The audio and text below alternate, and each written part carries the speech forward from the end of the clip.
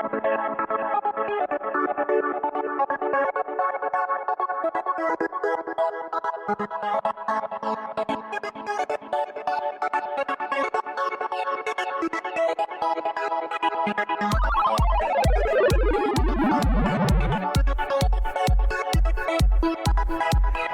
turn to page 87 of the Instruction Booklet.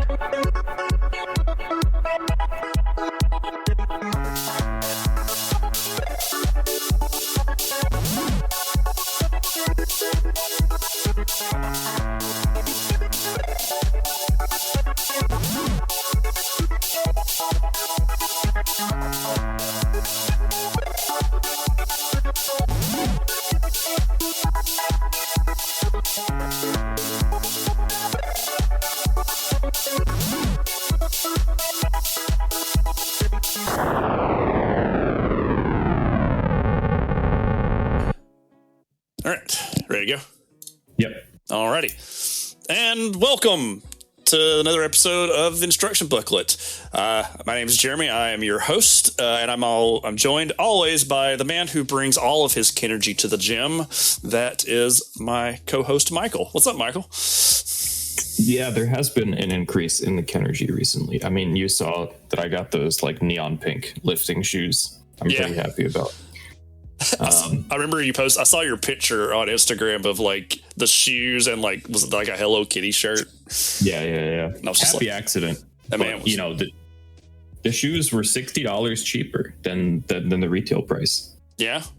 They're tier L1s, men's lifting shoes. They retail for like $200. I got mine for $120 because of a sale, and then $60 slash because I guess guys don't like wearing pink lifting shoes to the gym, so it's an unpopular color. But I think they look cool. Hey, I mean, as long as they're comfy, that's all that really matters, you know.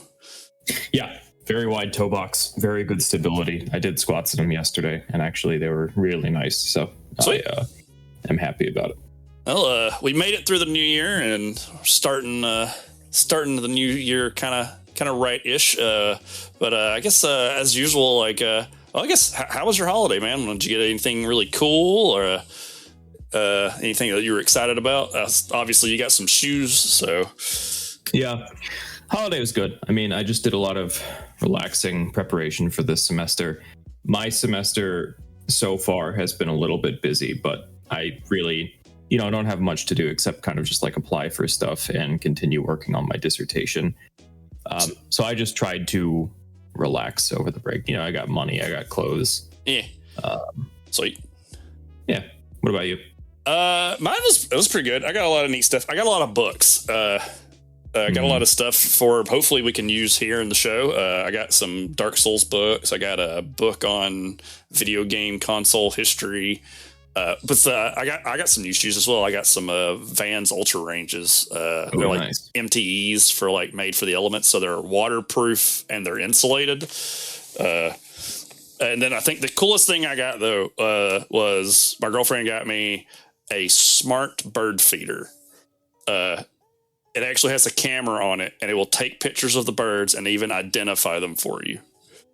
That's pretty cool. Yeah, it's been awesome. I've been enjoying the hell out of it. So, and then of course I got like a couple of movies and stuff like that. So yeah, it's been good. So did you? What you been playing or what's reading and watching recently? Anything fun? Yeah, I have been playing a lot of Fear and Hunger, as you know. Yeah. I get in the server whenever I can and try and stream for people. And if you guys listen to our award show episode, then I mentioned Fear and Hunger Termina as like one of my late missed games from like 2022. Mm-hmm. I've been enjoying that, and then Lethal Company. We've been playing. Yeah, the game has taken Twitch by storm. Yeah, it's a lot of fun. I'm going to be playing Tekken in a couple of days. Awesome. And I'm not yet playing Pal World because I just don't know that I need another open world crafting survival simulator game in my life. That being said, I probably will be playing Nightingale next month because it looks really cool. Yeah, but there was something else that kind of looks on the same vein as like like I was looked at that Nightingale game and it looked really neat. There was another one that like I can't remember. I've been seeing recently. It's a survival horror stealth game or something, and I got ads for it on my Instagram, and then I like went and looked it up, and I was like, oh, it's not out yet, but it looks kind of interesting, but we'll see how it plays out. Yeah. So I've been playing, man, I got so much stuff because like I bought a lot of games on Steam winter sale, and so I played Tunic, which that game was really awesome. In Nice. fact, I streamed that one on my Twitch, and now apparently the channel network on their YouTube's been uploading it. I got this game called Scourgebringer that was a lot of fun. It's kind of like a roguelite hack and slash Twitch kind of play with a bit of bullet hell. I got Blasphemous 2 and played and beat it. That game was fantastic. And I got Super Mario RPG. I've been slowly making my way through that. I've come to realize I can't play RPGs like I used to. Like I can't just like sit down and take huge chunks of an RPG out because like I start getting kind of bored. Like I enjoy the game, but it's like I can only play RPGs like little chunks at a time right now. Like traditional style RPGs. Sure. And then recently I just started playing Gunbrella. So nice. How's that? I'm really the story's surprisingly good so far. And the gameplay is really tight. It's from Doinksoft, the people who made like Gato Roboto. They made what was that game? Demon Throttle, the game that begins with "That demon kissed my wife." Oh yeah. Yeah. So this was their. I think this is their. It's either their third or fourth game. I think they have another game. I can't remember. But it's been fun. It's like Celeste with a gun. So that's cool. Yeah. So yeah. Well, all right. Now that we've kind of caught up on what's going on, I guess we have like another piece of news I can drop too. Is the Instruction Booklet now has its own Twitch channel. We haven't decided what we're going to do with it yet. We don't even know what our schedule is going to be like, but everything's set up. So it's twitch.tv/the Instruction Booklet, all one word. We might, Michael might stream some Fear and Hunger, or I might stream something. We might stream games that we're like planning on talking about.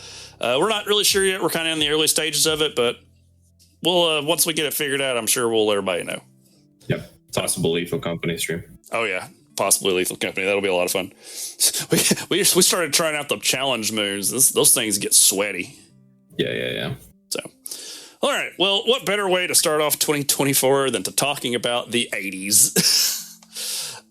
So today's episode is going to be kind of an interesting little different divergence of our history. Normally we take like little chunks, but we are effectively now in the 80s talking about from like a historical context. And as we both kind of looked into it, we realized that we might be here for a little while. Yes. Because there's a lot. So we wanted to do today's episode as kind of like an overview of what's to come for the rest of our history episodes for maybe the next year or so. So we're going to kind of do like quick snippets about things that went down in the 80s with the video games and kind of just hitting some high points and maybe talking about some things that we can't mention in full episodes, but it's kind of a way to prepare you, like the listener, for how our history episodes are going to be for the next year. Because it's really meaty. Like, it's one of those things like the more you start diving into like gaming in the 80s, it's surprising how much there is. Yeah.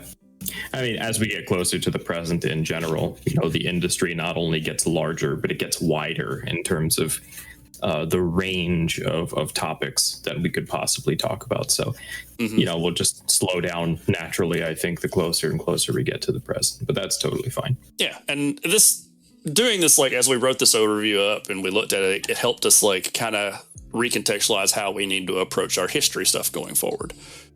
So, but yeah, so we'll start off here and get going. And as we go, we'll make sure to include some of our notes this time. We're going to do a lot better about referencing all the things that we're talking about to provide them for y'all to check out if you get interested in something that we're saying. That way you can kind of check out the links or maybe see some of the articles we're talking about and some of the information we're pulling our sources from. So, but I guess to start off, it says, the 1980s were considered at first the golden era of video games, which it kind of actually branched into the 70s a little bit, like where we finished up. And it was a time of like really good success and also a time of like really terrible things that happened to the industry, which a lot of people tend to know. But it was thankfully followed by its rebirth and kind of shaped into what we know today. So the golden age, the 80s began the second decade of the industry's history, and it began with the boom of all the advances of the late 70s. Atari was still being this dominant force in the industry at the time, and as I was mentioned, it was called the golden age of video games. This period of time saw rapid growth within video games and the home computer market. Technology was beginning to show signs of rapid development, kind of like how we know today, where a phone drops and as soon as you buy it, it's immediately obsolete. It wasn't as fast back then, but it was starting to ramp up like it is now. And not to mention, cultural influence on gaming was beginning to show everywhere for arcades, to like supermarkets, restaurants, liquor stores, gas stations, other retail establishments. You could find arcade cabinets everywhere. So it was kind of like a really, like, it would have been an interesting time to witness from like the outside perspective, I guess. Wouldn't you agree, Michael? Yeah, definitely an early moment of flourishing right there at the beginning of the 80s. Some information here from Mark Wolf's book, Before the Crash. In 1981, the home video game market tripled, and the arcade video game industry had an estimated income of $5 to $7 billion, with 24,000 full arcades, 400,000 street locations, and 1.5 million arcade video games in operation. And in both home and arcade industries, even more growth was expected. Hundreds of games from third-party developers took advantage of the boom. And many of them were derivative, substandard, and cheaply produced. Prices were slashed as economies of scale grew and competition became more fierce and cutthroat, and scales continued escalating. And so, that kind of gestures, I guess, a little bit towards the fact that you could say that perhaps the video game industry at the beginning of the 80s, I mean, it looked so bright in terms of the future that it was riding a little bit of a speculative bubble. Which eventually comes back around to have some negative consequences. Oh yeah, it sounds kind of interesting because, like, if you think about how we talked about some of the stuff towards the end of the 70s, where it's like the crash that happened in 78 sort of sets the stage for this bubble because it wiped out so many other little competitors, right? And then, Atari blows up, and then there's Magnavox, and they're kind of like in this war. But at the time, it almost, like, I guess it would require a little bit more looking into, which we'll get, hopefully when we get to these episodes. It's like, it makes you wonder about like how copyright was handled back then. Yeah. That people were just like cutthroating one another so much. Yeah. From what I've read, it seems to me that copyright was like probably not strictly enforced. I mean, with the Plato system, there were RPGs like Moria and Empire, which were literally just like shameless Lord of the Rings and Star Trek ripoffs. And nothing that I've read seems to indicate that the makers of those games really cared about getting like property rights to the kind of things that they were banking on. But yeah, it was very, very Wild West-esque. Yeah. Like anything flew. And then you look at like so many arcade cabinets, and then, I guess just how general capitalism would be. It's like people start seeing prices, and then they start trying to like fight one another for like greater market share. Yeah. So, some other interesting, I think, fun facts to throw out about the early 80s as far as the video game industry. This is from the timeline of computer history on computerhistory.org. In 1981, Joyce Worley Katz, Arnie Katz, and Bill Kunkel co-founded Electronica Games, the first video game magazine in the United States. Initially intended as an annual publication, early success led to it becoming a monthly within a year of the first issue. The video game crash of 1983 led to Electronic Games renaming itself Computer Entertainment before finally ceasing publication with its May 1985 issue. So in the first half of the 1980s, we see the rise and fall of the first ever video game dedicated magazine, which is pretty cool. It's interesting to see like the more like the wide reaching effects outside of this. like other people like, jumping on, like, oh, we'll make a magazine because video games are really popular right now. And then floor gets taken out from underneath them. Yeah. I think the 1980s is also one of the earliest academic texts written about video games. I think comes from the 1980s. Totally drawing a blank on the name right now, but maybe we can add it to the notes afterwards. I think it's from the 1980s that academics start really being interested in talking about video games, but not to the extent that we would consider it like a organized discourse. Just like some random particular guy was like, oh, this is a cool thing that in the future more people might be talking about. Right. Okay. And then also, very briefly, technological advancements. This is again from Wolf's Before the Crash. Three-dimensional filled polygon graphics were introduced in the same year in 1983 in Atari's iRobot. But the game was abstract and its unusual gameplay was poorly received, leading to the game's failure and a postponement of three-dimensional filled polygon graphics, which would not return until the end of the 1980s. Yeah. And, we looked at gameplay of this game like the other day. It's ugly. I mean, it looks rough. Mm-hmm. And, it's just kind of funny because I suppose in my mind, 3D graphics are like a thing of the 90s and the early 2000s. But actually, we've had the ability to do that since the 1980s, since at least the early 1980s. It's just that it was so ugly that it was like, why bother? It reminds me of, I'll have to look at the date on it, but there was a game that was like a part of an arcade collection that I remember playing in the 90s, like on my PC. And it was called it was like tanks, where you played like battle tanks or something like that. And it used wireframe graphics instead of like full polygons that had like information. I think when we were looking up that iRobot, it was like, wasn't it like it produced like 2,000 polygons a minute or something? Something like that. It was wild. Also, no relation to the movie or the works of Asimov. Just slapped iRobot on there. I think it was like you played as like a disgruntled robot employee or something. Yeah, it's a weird, use of the name. I mean, very clearly the name is meant to invoke Asimov, but it seems to have nothing to do with it. Maybe we'll find a working copy of that and try and stream that on the Twitch. Yeah. Just hear our frustration as we try and play a game from 1983. It would be like kind of what happened when we did our Street Fighter episode. I was like, I'm going to go back and play like the original Street Fighter. And that was a terrible decision. Yeah. So nostalgia is one hell of a drug when it comes to old video games, I think. Oh, yeah. So brief addendum.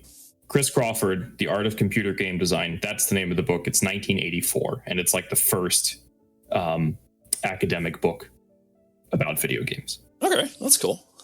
So we've kind of talked about like this little period at the very beginning of the 80s. It's like a lot of growth, a lot of things are happening. The suspicions that this could be like a bubble, and like there's a lot of like money to be made in this period of time. But then of course, this all kind of leads up to the thing that pretty much everybody knows, which is the crash. One of the most famous things from the 80s in video games was the crash of 1983. This event single-handedly reshaped the entire landscape of the home gaming market.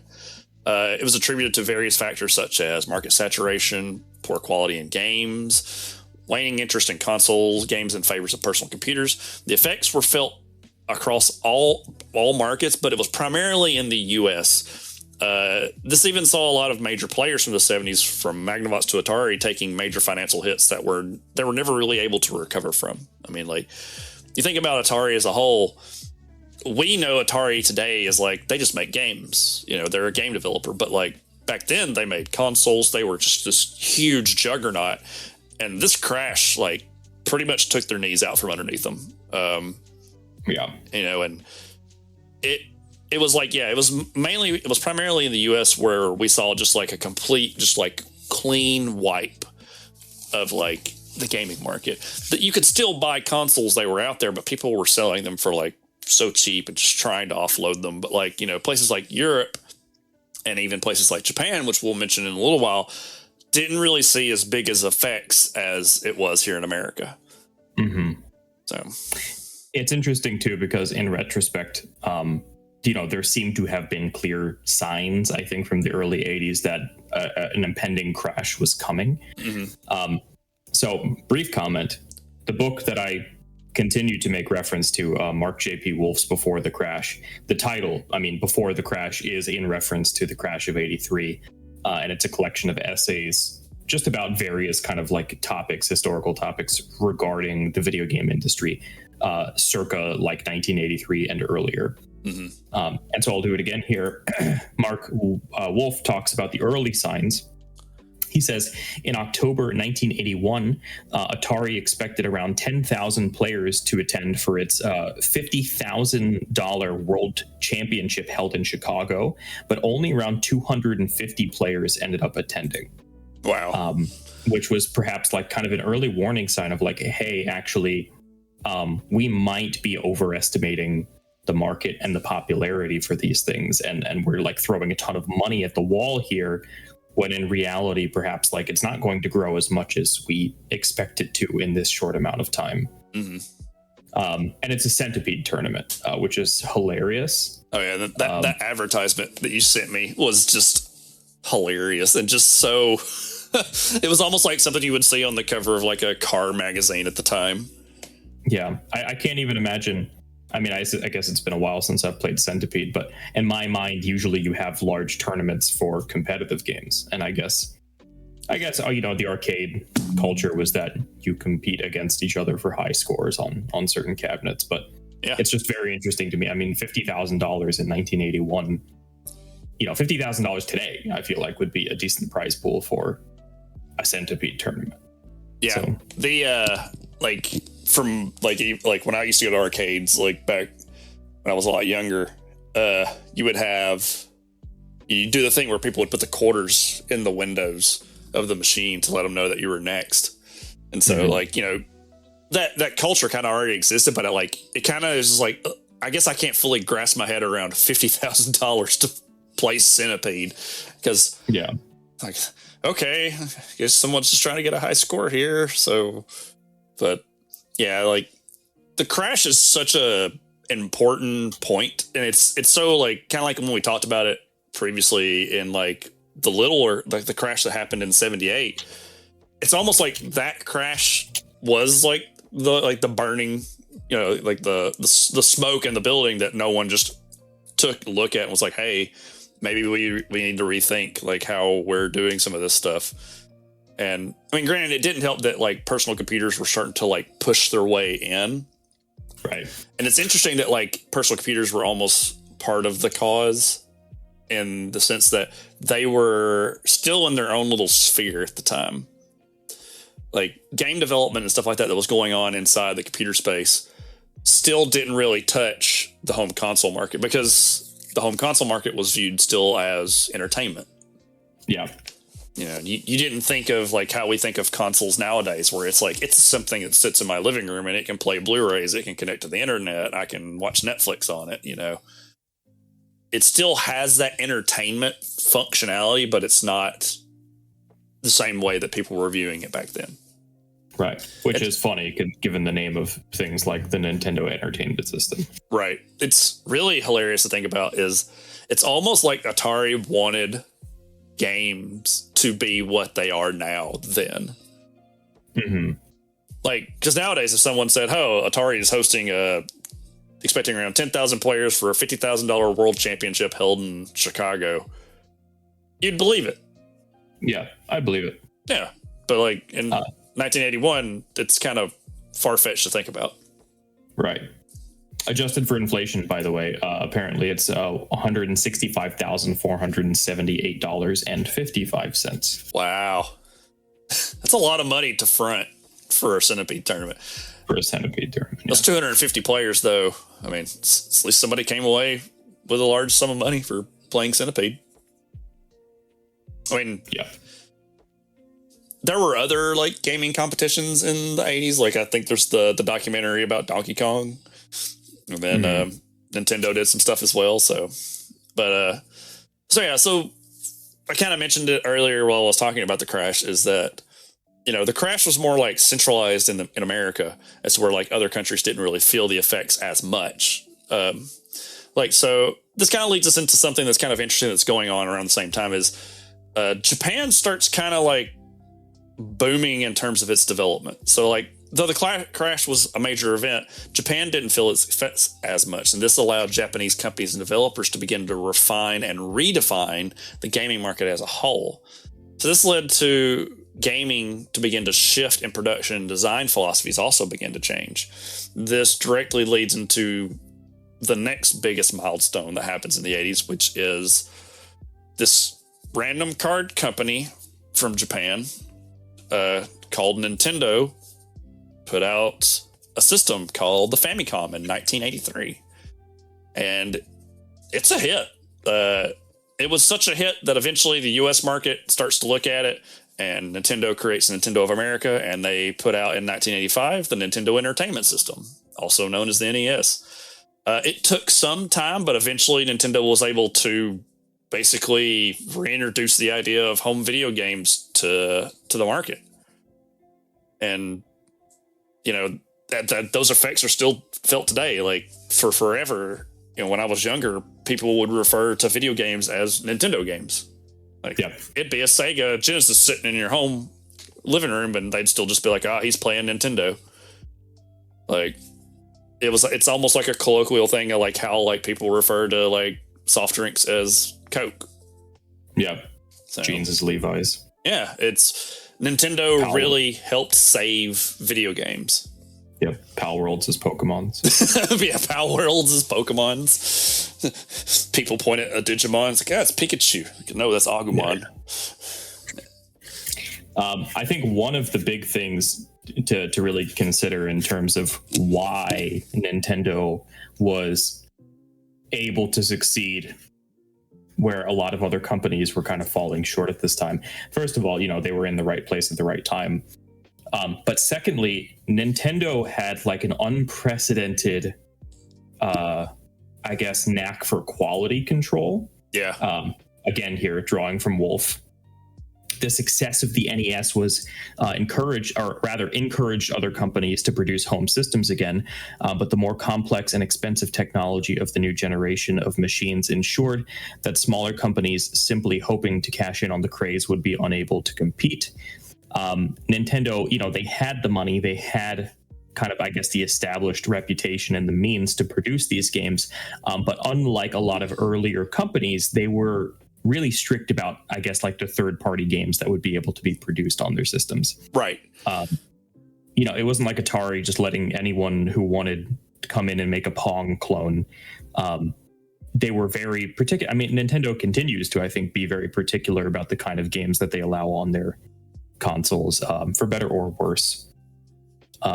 And I will say also, too, just in talking about the crash, that even though Nintendo was able to kind of usher in a moment of recovery for the home game market, that arcades never kind of really recovered from this as much as they could have.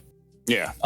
Arcade halls you don't see giant arcade halls here in the US anymore.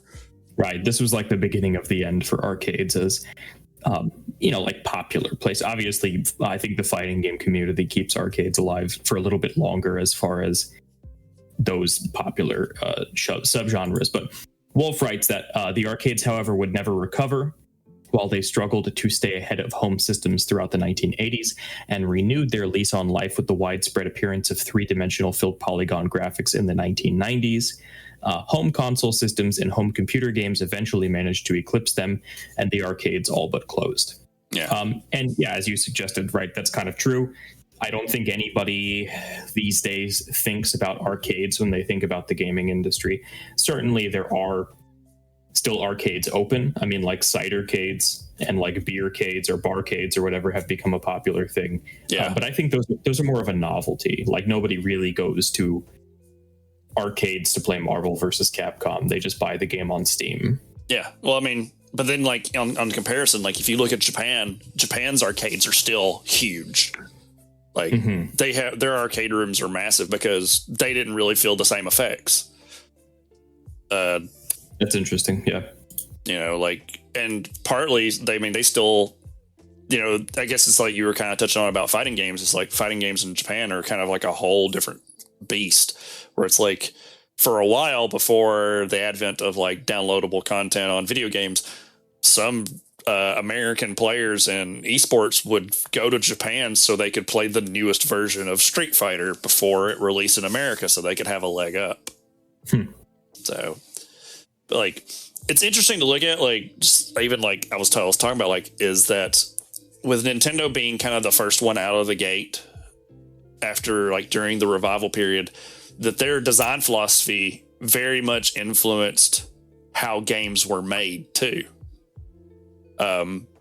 Like there's this whole like kind of like this seismic shift. Like, you look at like all these Atari games and you had stuff like Pitfall, or like, I think there was one that I remember playing called like Barnstormer, or you would have like Pac-Man, and they were more centrally focused around the idea of just like the gameplay and less about the story. And then with the NES, you kind of start seeing that stuff begin, whereas most of the time, like story-driven games was more set towards the PC market. You had these text-based adventure games that people were playing, as to where like Nintendo's like, here's Zelda, here's an adventure game where you're trying to save a princess and there's all this stuff going on around it. But like, you look 5 years earlier at like an Atari 2600 or something like that, and it's like, you're a guy in a jungle swinging across ponds. We don't know. You just keep playing till you die. Right. But like that arcade philosophy still maintained in the design space.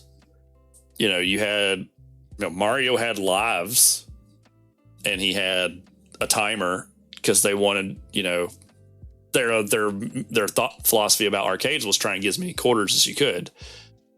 That's where it's like, it makes me think about the people talk about the difficulty levels of like playing an old NES game. And I hear it sometimes, like I've heard it from time to time where people like joke about like Souls games being like super hard, and someone's like, oh, I played NES games and those were hard. And I'm like, those are two different levels of hard, my guy. Right. Battletoads. Yeah, like Battletoads was like absurdly hard because their philosophy was, this is still like, you wanted to sell this game and you wanted this person to keep playing this game as much as possible. So they make it like the artificial hardness. It was sometimes, unfair, as to where, nowadays we see games when someone starts talking about a game being like ridiculously hard. It may not be that philosophy. It might be just how, like, if you look at a Souls game, it's like, this is punishing. You don't speak the same language of the game, as to where, like, if FromSoft made a game that was just as bad, like something like Silver Surfer for, the Super Nintendo, where it was just intentionally hard to eat quarters and poorly designed, it's like, no, that's just like the limitations of like the design space at the time. Right. So that makes sense. Yeah. So speaking of like kind of like we're talking about like the home computer market here, during the time of the crash, computers weren't really affected that much. While they were still affected in some markets, overall the home computer market was able to thrive during the dip that the home console market saw during the crash. This led to lower cost machines such as the Commodore 64 and the ZX Spectrum. It gave them room to provide a new space for gaming for people, and as well as this is also the time period when you saw the arrival of the Apple II personal PC. I actually remember being in elementary school and having a computer science class, and we learned how to do like typing on Apple IIs. And on some days we would get a break and we could actually play games. I played Moonlander and Lights Out on an Apple II. Nice. So, yeah, 1981 is the year in which IBM releases the first DOS computer. This is again from the timeline of computer history from computerhistory.org.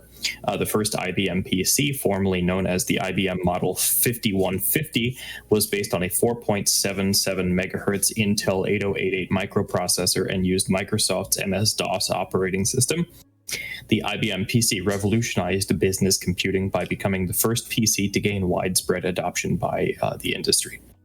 Nice. And, it's interesting. I want to highlight, too, that, because we've been given kind of a brief overview of multiple trends here at the beginning of the decade for the 1980s, it might seem like we've covered a lot in this episode so far, but 1981, this is the same year that earlier in the episode I referenced that Electronic Games, that magazine, comes out. Mm-hmm. So there's really kind of a lot happening actually at the beginning of the 1980s, especially as far as tech and the video game industry is concerned. Even though, in this case, home PC, the home computer market is not necessarily the same thing as the video game industry, which is important to flag. Mm-hmm. Yeah. But I will say that especially in the computer gaming market, that I went down the rabbit hole researching stuff with like the Play-Doh 4 computer mainframe in like 1970s. Yeah, the episode that we thought was going to be really thin and turned out to be this deep well that we were like, what the hell?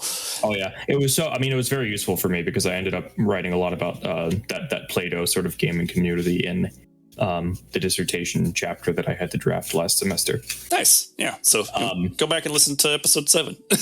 Yeah. Maybe we'll revisit the play. Who knows? But especially in the computer market, you really start to see kind of the birth of what a lot of people would consider computer RPGs, due in no small part to the influence of Dungeons and Dragons, which came out in 1974. Right. Almost immediately following the release of Dungeons and Dragons in the late 70s and then continuing into the early 1980s, you see a lot of games that, bring in these elements of you're controlling a party, you go into a dungeon, there's a random chance to hit something. If you kill it, you get random loot, your character levels up, and you keep going until you die or you complete your quest. And, this is maybe a little bit cheating. This is 79, not quite 1980. But one of the first ever, possibly one of the first computer role-playing games, Calibeth, The World of Doom, comes out in 79 and then is immediately followed by a bunch of other games that are really kind of interested in porting the rules of D&D into video games in the early 1980s and so on. This is not to be confused with that Play-Doh game D&D, right? Yes, D&D, yeah. Which came out in 75, I think. Yep. Well, and that kind of leads us into like the next kind of big thing that occurs during this time period is the internet. Along with all these personal computers, among another major innovation for gaming that was built upon by the mainframe gaming in the 70s. The early days of the internet allowed people outside of closed network colleges to connect to wider audiences, and this saw the beginning of online gaming. And this is being developed during the 80s as well. I think you have like something else that was like going along with this, right? Yeah. So interesting to note, things like the internet had existed as early as the early 1970s. Again, having gone down the rabbit hole on the Play-Doh 4 computer mainframe, people were playing online games, I want to say, as early as 72, 73. But as you kind of suggest, this more widespread accessibility of the technology kind of has the 1980s be the real moment in which, you start to see online games in the sense of like even like MMOs. And so here I have actually, this is from Wolf's Before the Crash, but it's actually an article written by Stacy Tucker called Early Online Gaming.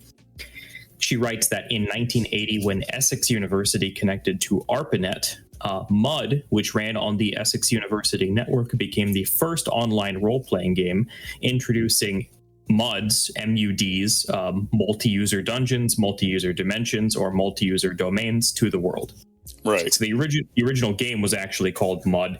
I think now it's all capitals MUD. I think it's more commonly referred to by historians now as Essex MUD to help differentiate it from, I guess, the genre. MUD.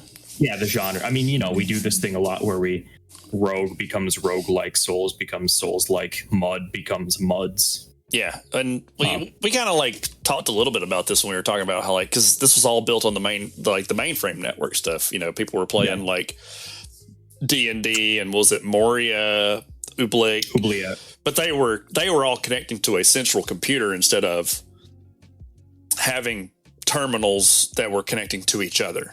Right, you had to be somebody who had access to a Plato mainframe computer, or who could break into a lab after hours. So if you were like a computer science student at a university and you had access to one of these labs, then you would be able to play.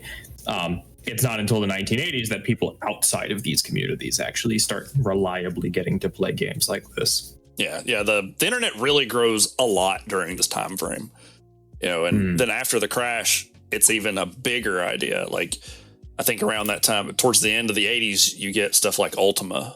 So, your true MMOs start to like show up. And not to mention, around this time, we've got like people using they're using like online forums and boards to like talk to one another. It allows them to like sharing of ideas become a lot easier now. This also like helps. This is going to increase the rapid pace in which like how games are developed, because people can like talk online about like the games they're playing, or developers can exchange information on their games. So it's definitely a big deal around this time period. Yeah. So kind of the last thing that happens in the 80s, and it's kind of like the end of the 80s and like sort of the beginning of the 90s, and where we'll kind of end will be the beginning of 16-bit consoles. So the great part about like the 8-bit genre was like, it was still a large part, and 8-bit games were still being produced while the 16-bit generation was still there. So like towards the end of the 80s, consoles advanced very quickly from the early 8-bit versions to the next generation known as 16-bit consoles. And I guess to break that down, like with 8 bits, you only had like just a small amount to do with. So like you're doubling that. And then this led to companies beginning to show up on the scene. So eventually Nintendo was no longer the only game in town. And this sets the stage for the early 90s and what would eventually be known as the console wars of the 90s. So, it's kind of like how I reiterated at the beginning of the episode. A lot happens here. And we're going to take our time going through it, because there are some stuff that's extremely important that will come into play much later. There's some stuff that we even missed just kind of doing this like quick overview. Like, this is the time period in which Doom becomes a thing. Yep. And then that game itself is so huge in terms of just the impact that it had on the greater like video games and like gaming moving forward. Even like its distribution model was like great, because like the first like levels were like freeware games that you just downloaded. Yep. So we talk about it briefly in the Street Fighter episode, but the 80s is really kind of like the dawn of contemporary fighting games as well. Yeah. And RPGs, like you talk about like those RPGs, but JRPGs finally blow up onto the scene as well. Yeah. It is funny. I will say, actually, I think the game that historians recognize as being the quote unquote first fighting game is actually from the 70s. Right. But it looks so different than I wouldn't qualify it as being part of the same genre. But I don't know. People disagree, I guess. Yeah. So, yeah. I think, this is, granted, like, this overview is not completely set in stone, but it's also kind of the template on how we're going to approach our history episodes. We're going to do, and I even brought up is, it might become, because how big and significant the crash is, it might be split up into 2 episodes. Yeah. And there may be things that we've missed out on that we're probably going to, this overview episode was a great way for us to like give you an idea of what we're about to get into, as well as to kind of help us map out what we're doing here. Right. So yeah, Even if you only listen to this episode, in your brain, you have a very vague sketch now of what happens to the video game industry in the 1980s. Yeah. It blows up, it crashes, 3D graphics are awful, arcades begin to die, MMOs, and then some other stuff. And this random card company named Nintendo just being like, nah, you know what? We're going to throw this on our back for a little bit. Yeah. So, and then fast forward to 2024. And we have Pal World. We have Pal World and Nintendo Switch and the other two players in the gaming industry who weren't even on the scene at this time, with Microsoft and Sony. There's like a version of that meme where, like the person is tilting the small domino and it cascades into the big domino. Mm-hmm. And it's like the video game industry crash of 1983. And then at the end, there's Pal World. Yeah, it's just Pal World. It looks like Pikachu, but he's got a gun. And there's also, I think somebody I worked with was asking me about it, and they were like, "Hey, have you seen this Pal World thing?" And I was like, "I've heard about it." And he was like, "Yeah, it definitely doesn't shy away from the inhumane stuff that Pokemon brushes underneath the rug."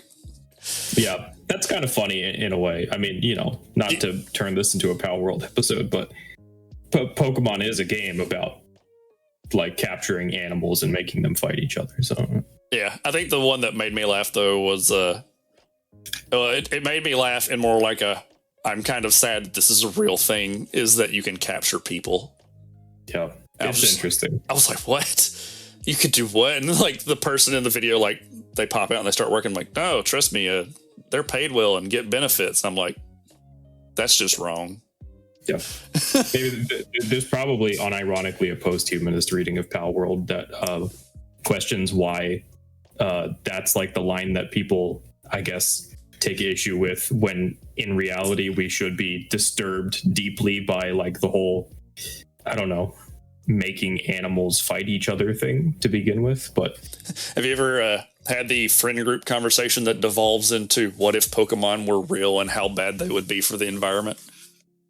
I haven't, but we gotta hold on to some episode ideas, in the future. It'll just be like one of our random episodes, like, all right, we're just gonna get real about Pokemon for like a good hour and a half. Yeah. So the critical theory analysis of Pokemon that nobody asked for. Yeah. Why is this god in someone's Pokeball? Yeah. So yeah, that's a good little overview of the 80s. I guess any closing thoughts now that we've kind of talked a little bit about out loud, Michael?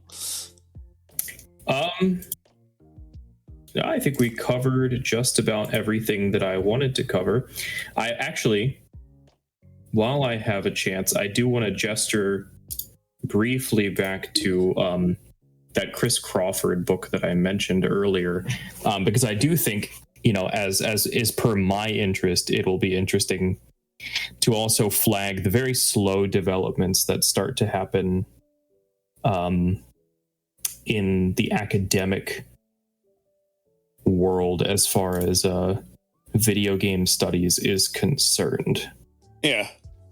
Okay. Let me just find that again, because Crawford has a very interesting quote. He says in his book that he believes that computer games constitute a new and as yet poorly developed art form that holds great promise for both designers and players. Okay. There's a couple of other books that kind of show up in the 1980s. George Sullivan's screenplay, The Story of Video Games, from 1983. Leonard Herman's Phoenix, The Fall and Rise of Home Video Games in 1984. Jeffrey R. Loftus and Elizabeth F. Loftus's book, Mind at Play, The Psychology of Video Games. A lot of these are interested kind of actually in analyzing video games for other reasons. Mm-hmm. So, analyzing video games from a psychological, social perspective. I think Crawford's book is really the only book that's interested in theoretically engaging with video games as a potential art form. Mm-hmm. Though his perspective would remain relatively niche even up until the early 2000s. Okay. But it is kind of interesting to see that as early as iRobot, people are thinking about, wow, this could actually be the next big art form. Right. So I think as we go on, I'll try and flag interesting moments in the scholarly side of this history as well, though it is going to remain relatively sparse until we get into the late 90s at least. Right. Okay. Cool. All right. So I guess now that we're getting towards the end, I'll kind of give you all a little bit of a preview of kind of what's to come. I know I did that a little bit in the awards show, but this might help a little bit.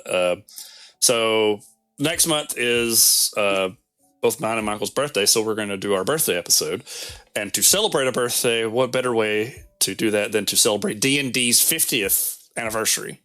So we're going to do our D&D episode, and we're going to talk about D&D's influence on video games, which will kind of coincide with some of the stuff we're talking about. So that should be fun. And in March, we'll come back and we'll actually do a true episode about the time period before the crash. April is our 1 year anniversary show. So that'll be kind of awesome. The instruction booklet's have made it a full year. We're still working out the details of what our anniversary show episode is. It might be a Souls episode, but not in the way you think. That's it. We're just doing an episode about real estate in the Souls universe. Yeah. So, May will be our history episode, which will be the beginning of the crash. And like I said, that might wind up breaking into second. We've also got a couple of other random episodes, but that's kind of the gist for the next 5 months. So, and not to mention, once we reach our 1 year mark, we might start having some extra people on the show to talk about things. Other hosts from other shows might come in. We might try and get some people from academia, some other folks. We're still kind of working out the details the rest of the year, but as soon as we figure it out, we'll let y'all know. But definitely be prepared next month for our D&D episode. It should be a lot of fun. Yeah, I'm looking forward to it. Yeah, I'm sure you've got plenty to say about it. Oh, yeah. So, tons. All right. Well, I guess we'll do our plugs and we'll wrap this up. So, Michael, where can the folks find you? Mackerel_prawns on Instagram. Sweet. And then I think Mackerel Prawns on Twitter or X, though I have not logged into it in probably over a year at this point. Right. Okay. You can find my stuff. I've been streaming on Monday nights, sometimes on the weekends, whenever folks want to play Lethal Company and I want to do something stupid. On twitch.tv/backwards hero. I'm also on Instagram and Facebook for my art at PressArtF4. And it looks like Cajun Greatness is coming back next month. We'll see how, that'll be nice. As for the channel itself, you can find us on the instruction booklet for linktr.ee/the instruction booklet. There you find all of our links. And also be sure to go check out our twitch.tv/the instruction booklet. You can watch Michael play some Fear and Hunger, follow us on Twitch so that way you can see if we go live at any point, because we're both that's probably the most reliable way that you'll know that we're streaming. Yeah, and we'll be we haven't figured out a streaming schedule. It might be random. It might be one day of the week. It might be twice a month. We're not really sure, but we do know we'll be playing a lot of stuff. We might play some old games from the 80s to kind of see how stuff is and moan about how terrible it is.